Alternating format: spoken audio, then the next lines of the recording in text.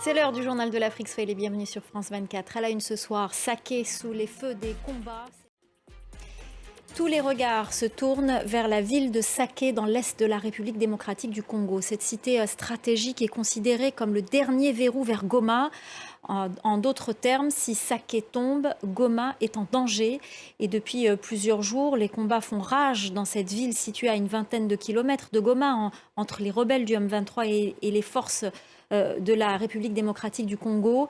C'est dans ce contexte que le ministre de la Défense s'est rendu sur place. Des condamnations qui ne suffisent pas. À Kinshasa, des mouvements de colère ont éclaté hier et le week-end dernier. Des manifestants ont pris pour cible des ambassades. Ils accusent la communauté internationale de complicité. Hier soir, après une journée de colère, le ministre de l'Intérieur a condamné ces actes de violence et a annoncé l'interdiction des regroupements de plus de 5 personnes dans la commune de la Gombe et l'interdiction de circulation des mototaxis. On part à présent au Soudan. Ce pays en guerre est coupé du monde depuis le 5 février en raison de coupures du réseau téléphonique. Mais depuis la nuit de lundi à mardi, une partie de la population a de nouveau accès à l'un des 3 opérateurs du pays. Un soulagement, comme nous l'explique notre correspondant régional Bastien Renouille. Et la coupure du réseau téléphonique a des conséquences sur l'acheminement de l'aide humanitaire, une aide indispensable dans ce pays en proie à une guerre civile depuis 10 mois. Des dizaines de milliers d'enfants pourraient mourir si cette aide humanitaire n'est pas considérablement augmentée. L'UNICEF, l'Agence des Nations Unies pour l'enfance, a tiré la sonnette d'alarme. Rebecca Martin.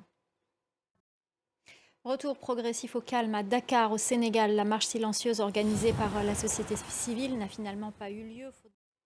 Les éléphants à l'honneur aujourd'hui à Abidjan après leur victoire en finale de la Coupe d'Afrique des Nations à domicile. Ils ont été reçus à la présidence pour y être décorés. C'est la 3e fois que l'équipe ivoirienne remporte cette compétition.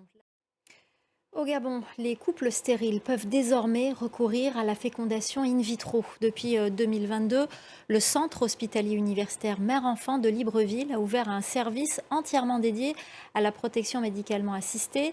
À la procréation médicalement assistée. Seul problème, la pratique reste taboue et elle n'est pas prise en charge par l'État. Reportage de nos correspondants Ismaël Obiangze, Marcel Amoko et André Yakana. Voilà, c'est la fin du Journal de l'Afrique. Merci aux équipes en régie, merci à notre chef d'édition Sarah Boubakri, merci à nos correspondants et merci à vous pour votre fidélité. Restez avec nous, l'info continue sur France 24.